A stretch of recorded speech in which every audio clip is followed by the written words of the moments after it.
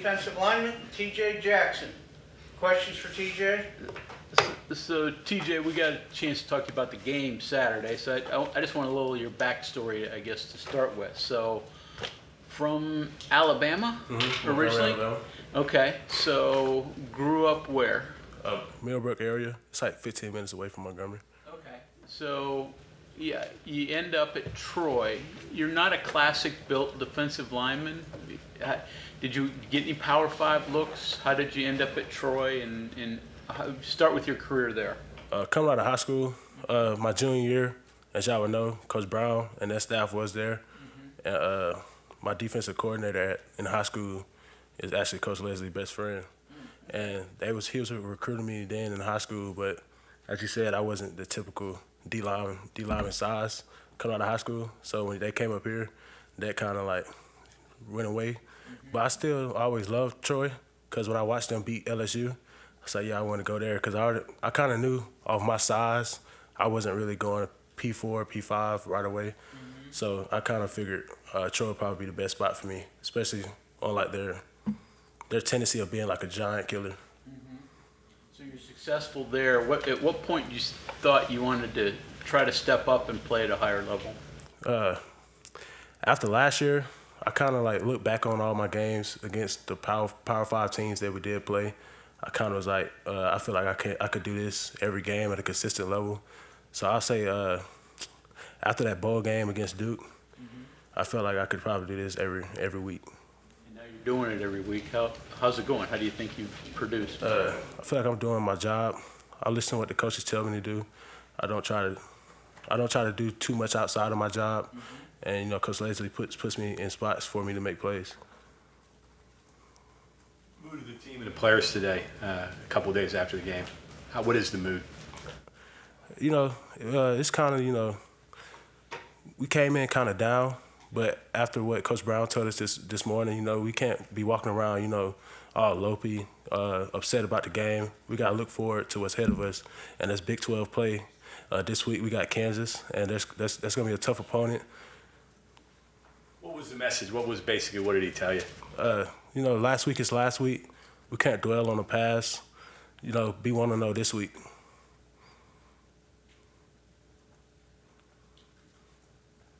In retrospect, from the game, were there any adjustments maybe that yourself or anyone could have made as the game kind of unfolded? You mentioned that kind of being surprised by Holstein scrambling as much, but then he did that a lot in the second half, even more so. Anything else that could have been done, maybe looking back? Yeah, I feel like not really necessarily as adjustments because the coaches had us come in with a great plan to contain them. I feel like as players, we have to do better of executing what the coaches are telling us because there's a lot of plays in there. From me watching it from the eagle's eye, I could see like some of the rushes I even had, I came up too high and he ran in that B gap where we've been working all week not to let him run through that B gap. And there's a couple plays where we got to know when to stay in the quarterback's quadrant. Because the quarterback, you have 4 quadrants. The edge rusher is top half of the shoulder. Defensive tackle is his hip, nose guard, and et cetera, et cetera. So we just got to get better at working on those quadrants when rushing the passer. Were there conversations about applying that even this week and then obviously? Especially this week because, right. You know, we got Jaden Daniels. That's going to be a even more so scrambling quarterback than what Holstein was. So that's a huge emphasis this week. Take me through this was your first start. What's going through your mind before the game, and then what did that first play when you were on the field do for you? I mean, if I remember correctly, you made a big play on the first play. I really don't like to get myself too high or too low, especially because, you know, I'm the type of guy, if I get too high or I'm too low, that's really when I play bad because I'm not really focused as I should. I kind of like went into that game as, all right, TJ, I've been doing this for 5 years. It's nothing new, just a bigger stage. That's kind of just how I look at things. I don't really try to look at it as, you know, like try to amp myself up to be more excited about it because I'm more of like a chill guy. I don't really like getting, you know, too amped up about things. Am I remembering right? Did you have a tackle for the loss on the first play? Yes, sir. when that happened. Oh yeah, when that happened, I was kind of, I was like, all right, let's do this.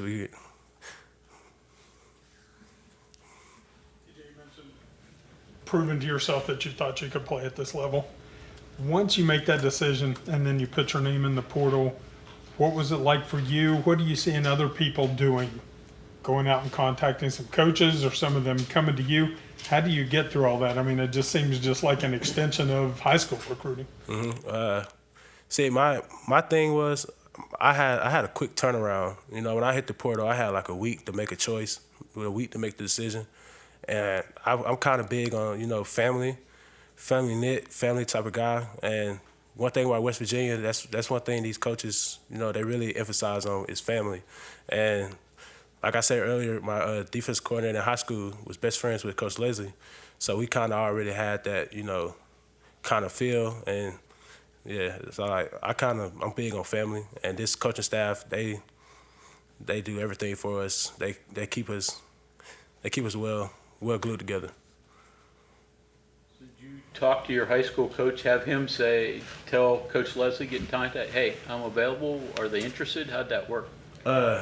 They didn't really want to, I didn't want to go to him, and he didn't want to come to me about that, because it was, tampering and all that type of deal. It was kind of just like, he kind of like texted me when I hit the portal. He was like, hey, if West Virginia do want to offer you, will you be willing to go? And I was like, yeah, because, I was a big fan of Coach Brown when he was at Troy. And even when he left to come here, I was like, I hope I get to play for Coach Brown at West Virginia one day, because I always wanted to play for him even when I was in high school. What's the biggest difference playing at this level, and maybe not even just playing, just being at this level, being in this building? I mean, Troy's got a nice program for that level, but is there a difference? I'll say the resources that we have, even when it comes to academics. At Troy, we only had 2 academic advisors, two main people to really help us with our work. Here, we got multiple advisors, multiple tutors. Tutors come to us. And one thing I'll say is nutrition. Nutrition, the highest I ever played at Troy was 260, 255. And I got here, I'm like 290, 285. So I say nutrition is the main key. And, just being, everything is like here. It's in this building. We don't have to go this to go do that. We don't have to go to here to do that. At Troy, everything was like more spaced out. We would have to eat, we had to go to the caf to eat, then have to go to the facility for a study hall. We'll have to go to the next building. It'll be like from the facility to the hospital. That's where study hall would be. And we'll have to keep doing that every day just to make sure we stay on top of things. When Eddie V went down, you knew you were going to play more last week against Pitt. Did you play as much as you thought you were going to play? Did you play more?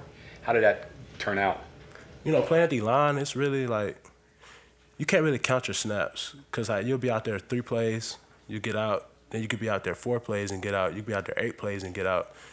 I really, even when he was playing, I never really, counted my snaps. I never really was like, dang, I'm not playing a lot. I'm not getting this many snaps. I don't really look at it like that, because the opportunity that you have to get out there, you gotta make do with those opportunities. So like, let's say I went out there for 35 snaps and I only made a couple plays. How I feel about it, even though I was out there for 35 snaps, I should be able to make at least 20 some out of those plays. Or, So you had 35 snaps last Saturday? well, I don't know how many I had. I really don't even look at how many snaps I have, because I'm playing. I really just look at like, how am I producing in the time that I am out there. How about the end of the game? Obviously, chasing him gets tiring. He's a bigger dude. How were you condition-wise at the end of the game? I say I was pretty all right. But, once they started, going tempo and doing that, it does get tiring on the body. But I'll say I was doing fine to where I could still be able to perform, even though they was still, doing that. And Mike Joe does a good job with that throughout the week. Every Monday, the O-line and D-line will run. So I say I was pretty well conditioned. Forget about getting emotionally high or low. Playing at Troy, you're thinking, I wonder if I can play up there, I presume, in a setting like that. What's the difference ego-wise once you finally get to the top level of football and have a game like you had? With me, I kind of don't like, Answer questions for you? I mean, sir. did it answer questions for you? Yeah, it kind of did. But at the same time, though, I don't really feel like I've done enough. Especially like even with the stats I had, we still took a loss. Like everybody tell me I had a bad game. I did. I had a great game. I really like at what cost we lost. So like I've really like if we don't win, I don't care if I have zero tackles, 0 sacks. As long as I affect the game enough to where we win, that's all I care about. You said you're big on family. Was it hard to move further away from home to come up here? I have a daughter now, and they're up here with me, so like that's kind of like a little bit easier. And my mom and dad, they're like real big supporters of mine. So like even though I am far away, they still make a trip to come up here. And even during the summer, they were still making time to come up here and come see me and spend time with me. So like it really didn't matter if I was 20 hours away from home or even halfway across the world. My family would still come see me, and they would still find ways to come see me. You mentioned that family aspect. Have you found that here? I mean, do you feel? Yeah, I feel like I found that here, on my visit. I was really on my visit, I was really only supposed to stay here for like a day. And like those 6 hours I was here, I was like, yeah, this the place I want to be. Just off like the camaraderie that I saw between the coaches and the players, I was like, yeah, this is the most definitely place I want to be. Now that you have some games on your belt, have that first start, what do you think you need to work on the most individually to keep this? Conditioning is one. I got to be able to stay in the recovery room, use my hands more. Because a lot of plays, I didn't use my hands. If I'd have used my hands more, I could have made more tackles. Probably could have got a few more sacks. Ball get off.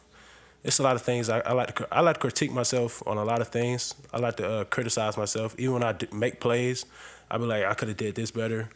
Yeah, it's a lot I could work on before this next game. Positives and negatives of being a shorter defensive lineman? I mean, you think of negatives, but are there positives as well? What's the balance there? I'll say being shorter than everybody.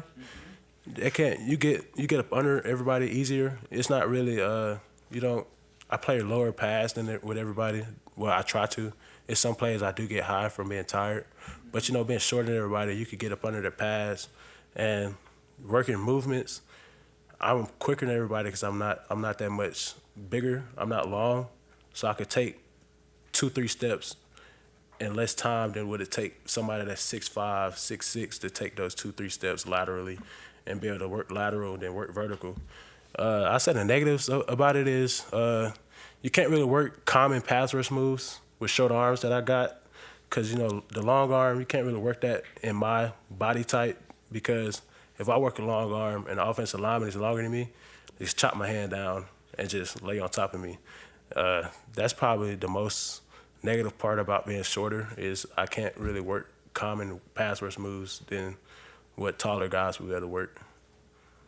DJ, you played both ends, field and boundary. Mm-hmm. What's the difference? Field, you have more space to work with. You don't really. But in this defense, it's really. They're both the same. Honestly, it's just the space that you're working with. You find you're dealing with more from the offense when you're in the open side of the field, like they're throwing stuff at you. Yeah. And is that like I guess, it's more them than you, I would suppose, how they attack the defense. Yeah. Okay. Are you more comfortable on one than the other? It sounds like you'd like to move a little bit. You could probably I have yourself really- in space. Cause at Troy we kind of ran like a similar defense. So I'll say like I kind of leaned more towards the field. But if it really comes down to it, I'll play the boundary, because that's basically what I did at Troy. At 2022, I played more field. 2023, I played more boundary. So I'll say I really play wherever I'm needed.